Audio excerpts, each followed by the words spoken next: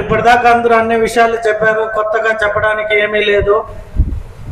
నారా చంద్రబాబు నాయుడు అంటే ఒక పక్షపాతి, మహిళలకి ఏ సంక్షేమ కార్యక్రమాలు పెట్టినా మహిళలకి.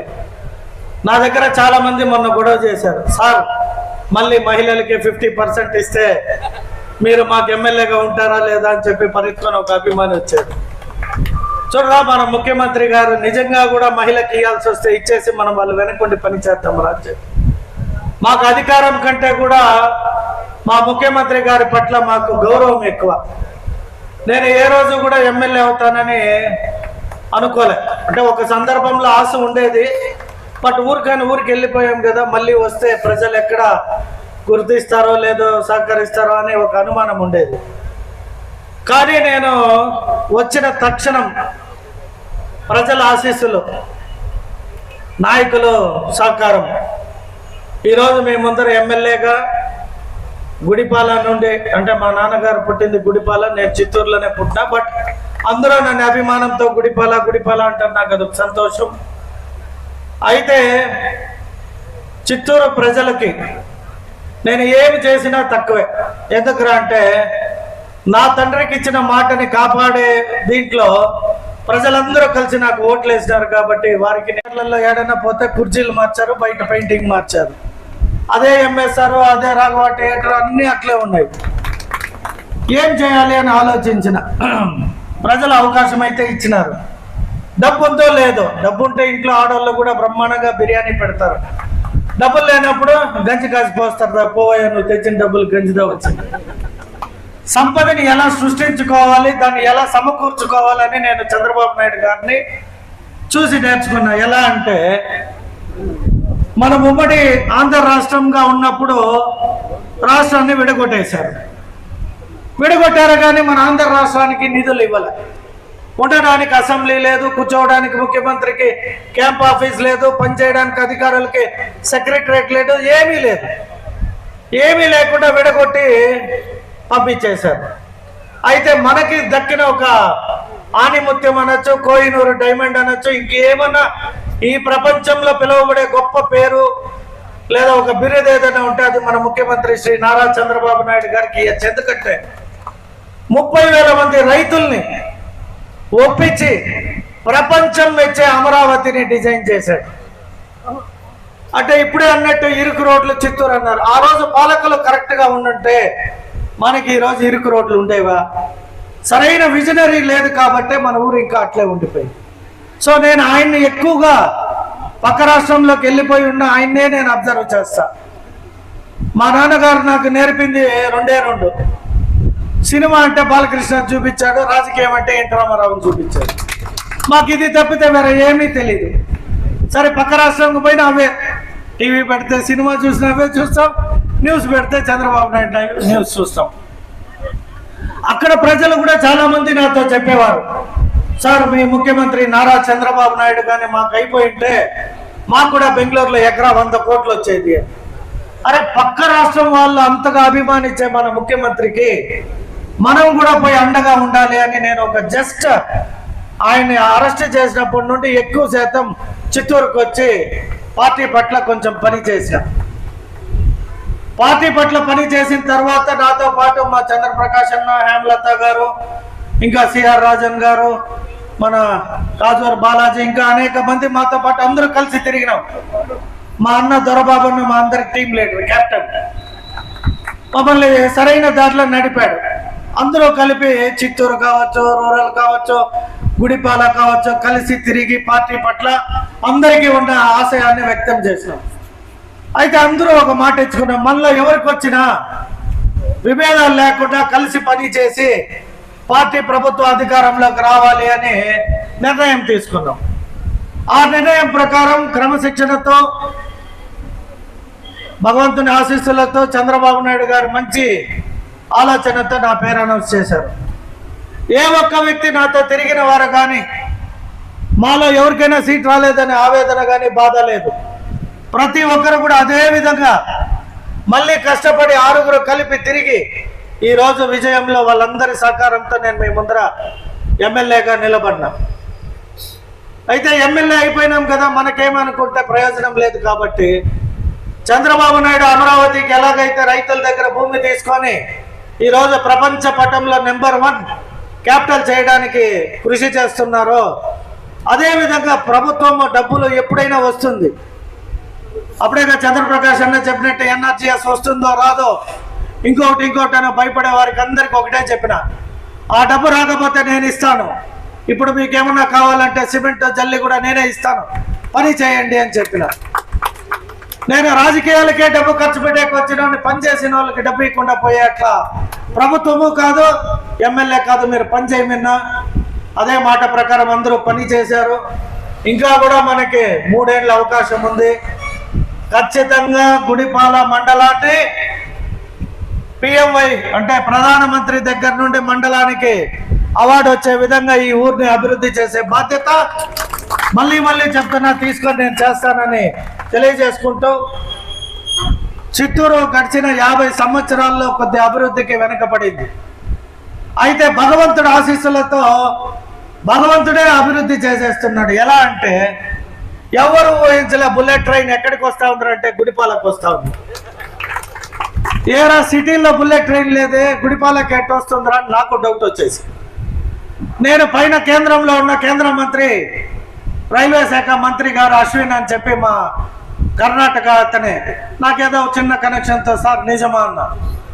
Yes mister Mohan, it is going to come very shortly అన్నాడు. నాకు ఎక్కడ లేని ఆనందం. గుడిపాలకి బుల్లెట్ ట్రైన్, అది రామాపురానికి అంటే station, Chennai to Ramapuram, Ramapuram to Tirupati, మళ్ళీ తిరుపతి టు బ్యాక్ రామాపురం వచ్చి వయా కోలార్, ముల్బాగల్, హొస్కోట, బెంగళూరు, మైసూర్. సో నాకు భలే ఆనందంగా ఉంది. ఎక్కడో స్విట్జర్లాండ్లో పోయి బుల్లెట్ ట్రైన్ ఎక్కి తిరిగి ఆనందపడి వచ్చినాం. చిన్న దేశం, చిన్న జనాభా. అలాగే 2 ఎక్స్ప్రెస్ హైవేలు వచ్చినాయి. బెంగళూరు చెన్నై ఎక్స్ప్రెస్ హైవే, తర్చూర్ ఎక్స్ప్రెస్ హైవే. ఈ 2 కాకుండా పాత 2 హైవే మళ్ళీ మనకి నేషనల్ హైవేస్. అంటే 4 నేషనల్ హైవేలు, 1 బుల్లెట్ ట్రైన్. అలాగే కుప్పంలో ఎయిర్పోర్టు, తిరుపతిలో ఎయిర్పోర్టు, కడపలో ఎయిర్పోర్టు, ఇటు పోతే వేలూరులో ఎయిర్పోర్టు, ఇంకొంచెం అటు పోతే బెంగళూరు ఎయిర్పోర్టు. 2 ఇంటర్నేషనల్ ఎయిర్పోర్ట్లు, 4 డొమెస్టిక్ అండ్ 1 కార్గో. ఏమరా ఇవన్నీ ఉన్నాయి, ఒక పోర్ట్ ఉంటే బాగున్నాయి అనుకున్నాం. పోర్ట్ అయితే తేలేం కాబట్టి చెన్నైకి ఇటు దగ్గర, అటు నెల్లూరుకి దగ్గర 4 పోర్ట్లు కడుతున్నారు నెల్లూరు డిస్టిక్లో. సో పోర్టు కూడా మనకి అతి దగ్గరలో. తర్చూర్ ఎక్స్ప్రెస్ హైవే ఎక్కితే గంటలో మనం పండించే పంట కావచ్చు ఏదైనా కూడా పోర్టుకి వెళ్ళిపోతుంది, లేదా పోర్టుకు వచ్చింది మనకి ఈడికి వచ్చి తయారైతుంది. సో నేను మా ముఖ్యమంత్రి గారిని ఒకటే అడిగిన, సార్ రోడ్లు తయారైనాయి, ఎయిర్పోర్ట్లు వచ్చినాయి, బుల్లెట్ ట్రైన్ రాబోతుంది, కానీ మా చిత్తూరు వాళ్ళంతా బెంగళూరు, చెన్నై పోతారు సార్. ఎలక్షన్ తప్పితే ఆ ఊర్లోకి పోతే అంతా ముసలి వాళ్ళు సార్ పెన్షన్ అడుగుతున్నారు. నేను వాళ్ళకి పెన్షన్ ఇస్తాను అని చెప్పలేకపోతున్నా, ఇయ్యలేను అని చెప్పలేకపోతున్నా. యువత మొత్తం వెళ్ళిపోయారు సార్. నేను పోయి యువకుడు అక్కడ ఏం చేసేది సార్ అని అడిగి, ఏమయ్యా నేనంటే చిత్తూరుకి ఏం చేయను అనుకున్నావా, ఎలక్ట్రానిక్ హబ్ ఒకటి తెస్తాను, అది చెప్పడం కాదు, నేను అక్కడికి వచ్చినప్పుడు అనౌన్స్ చేస్తానన్నారు. సో అతి త్వరలో మన చిత్తూరుకి చంద్రబాబు నాయుడు గారు వస్తారు, ఒక యూనివర్సిటీని అనౌన్స్ చేస్తారు, ఇంకా ఎలక్ట్రానిక్ కి సంబంధించిన ఫ్యాక్టరీలు వస్తాయి. ముఖ్యంగా మన బెంగళూరులో ఉండే టెక్స్టైల్స్ కూడా ఒక 2-3 టెక్స్టైల్స్ పార్కులు ఇక్కడికి వస్తాయి. ఈ రోజు అని చెప్పను కానీ రాబోయే 5 ఏళ్లలో ఏ ఒక్కరు కూడా చిత్తూరు నుండి చెన్నైకో, హైదరాబాద్కో, బెంగళూరుకు పోయే రోజు రాదు. నేను ఎలాగైతే బెంగళూరుకి వెళ్ళి తిరిగి చిత్తూరుకు వచ్చానో, ఈ చిత్తూరు నుండి పోయిన ప్రతి ఒక్క బెంగళూరు వాళ్ళని చిత్తూరుకి రప్పించే బాధ్యత నేను తీసుకొని అందరినీ కన్విన్స్ చేస్తా. మా అన్న కూడా ఒక మాట చెప్పాడు, చంద్రప్రకాష్ అన్న, ఇది వరకే 5-10 కోట్లు అయితే నేను కూడా ఒక ఫ్యాక్టరీ నా పుట్టిన ఊరు కోసం మంచి చేయడానికి ఎప్పుడు ముందుంటాను అన్నాడు. సో వారికి కూడా మీ అందరి తరపున ఇటువంటి వారిని, అంటే వారు కూడా ఇక్కడే పుట్టి పెరిగి 40 ఏళ్ల రాజకీయం, 43 ఏళ్ళు, 40 కాదు, నేను పుట్టినప్పుడు ఆయన ఈ పార్టీలో మెంబరు. సుబ్రహ్మణ్యం నాయుడు మండలానికి ఏం చేస్తాడంటే నేను ఎంపీపీ కావాలి అన్నాడు. ఆయన ఎంపీపీ అయినాక ఏం చేస్తాడో మీరు అడగండి, నేను అడిగాను. పార్టీ కష్టం ఎప్పుడూ లేదు, పార్టీని కష్టపెట్టాం మనమే. మంచి నాయకుడు ఉన్నట్టే కష్టం వచ్చేది కదా, ఆయన ఎందుకు బెంగళూరు పంపించారు? మంచి నాయకుడు అని తెలిసి ఈడే పెట్టుకోవాలి కదా, పెట్టుకోవాలా లేదా? నేను ఇక్కడే ఊర్లో వాళ్ళు. కాబట్టి చంద్రప్రకాష్ అన్న 5-6 కోట్లు ఇస్తానన్నప్పుడు నేనేం తక్కువ 10 కోట్లైనా ఇచ్చేస్తాను అని చూస్తూ ఉంటాడు కళ్ళజోడు వేసుకొని. ఆయన కళ్ళల్లో ఆనందాన్ని మీరు చూడాలంటే ఆయన కళ్ళజోడు తీస్తాడు. కాబట్టి పోటీతత్వం చాలా మంచిది. పోటీ పడి 4-5 ఫ్యాక్టరీలు పెడితే నాకు ఒక సంతోషం, మనోళ్ళంతా ఇక్కడే ఉండాలి అని. ఎందుకురా అంటే ఎప్పుడు వచ్చినా అంటే నేనేదో ఒక 2-3 సార్లు విలేజ్లకు పోయినా, పాప అంతా వయసు అయిన వాళ్ళే ఉంటారు. సార్ మాకు పెన్షన్ ఎప్పుడు ఇస్తారు అని. నాకు కూడా ఇవ్వాలనే ఉంది, చంద్రబాబు నాయుడుకి కూడా ఇవ్వాలనే ఉంది. కానీ ఒకడు నా పేరు పెట్టుకొని ముందే దోచుకొని పూసాడు మొత్తం. మేము వచ్చేటప్పటికి ఏమీ లేదు, గుట్లో లేదు, మెట్లో లేదు, ఏమీ లేదు. ఆడేడన్నా ఒక బకెట్ ఏమన్నా ఉండింది, ఎవడో ఒక కార్యకర్త ఎత్తుకుంటే దాన్ని పేపర్ నిండా వేసేస్తారు. సరే, అది రాజకీయ పరంగా వాళ్ళు ఎవరు ఎన్ని చెప్పినా చిత్తూరు ప్రజానికానికి, ముఖ్యంగా మా గుడిపాల ప్రజలకు తెలుసు నేను ఏమి అనేది. కాబట్టి ఎవరెన్ని చెప్పినా మనం మన పని చేసుకొని పోతుండ. కొండని చూసి కుక్క మురుగుతూనే ఉంటుంది. కొండకు నొప్పే, కుక్కకు నొప్పే. కాబట్టి పదే ఇంకా నేను ఎక్కువగా మాట్లాడను. ఈ సందర్భంగా మన గోళ్ళ హరి ఎంపీపీగా ఎన్నుకోవడం మంచి శుభ పరిణామం. అప్పుడే చెప్పినట్టు యువకుడు. అలాగే మండల అధ్యక్షుడికి 78 అయితే హరికి 48, ఇద్దరికి 40 ఏళ్ళు, 30 ఏళ్ళు గ్యాప్.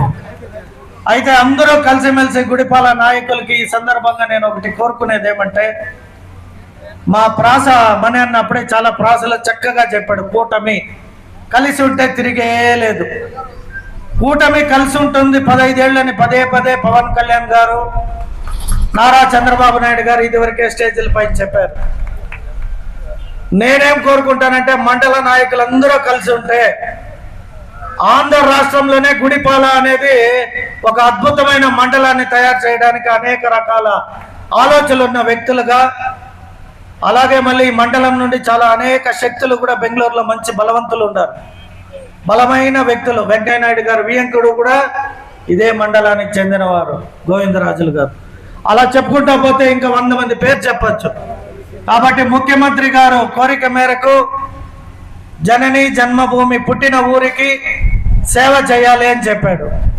సేవ చేయకపోతే పోయారు, సర్వీస్ చేయమని అడుక్కుంటాం. ప్రతి ఒక్కరిని తిరిగి ఇక్కడికి రమ్మని అందరిని వారికి తోచిన విధంగా ఇక్కడ ఉపాధి కల్పించే విధమైన అవకాశాలు చాలా ఉన్నాయి. కాబట్టి ఖచ్చితంగా లాజిస్టిక్, ఎలక్ట్రానిక్స్ అండ్ మీకోసం టెక్స్టైల్స్, మహిళల కోసం ముఖ్యంగా గార్మెంట్స్ ఫ్యాక్టరీలను పెట్టే విధంగా రేపని చెప్పను. కానీ ఈ 2 హైవే రోడ్లు ఓపెన్ అయిపోయిన తర్వాత ఆటోమేటిక్గా అనేక కంపెనీలు వచ్చి మీ అందరికీ, మీ పిల్లలు మీతో పాటు ఇక్కడ ఉన్న ప్రతి ఒక్కరూ చదువుతో పాటు చదువు తర్వాత పిల్లలు మాతో ఉంటే బాగుండు అని ఆశపడిన ప్రతి ఒక్కరికి ఇక్కడే ఉద్యోగాలు వచ్చే విధంగా కృషి చేస్తానని తెలియజేసుకుంటూ all the best to MPP హరికి చెప్పి మీ అందరి దగ్గర సెలవు తీసుకుంటున్నా. Thank you. జై హింద్. ధన్యవాదాలు ఎమ్మెల్యే గారికి.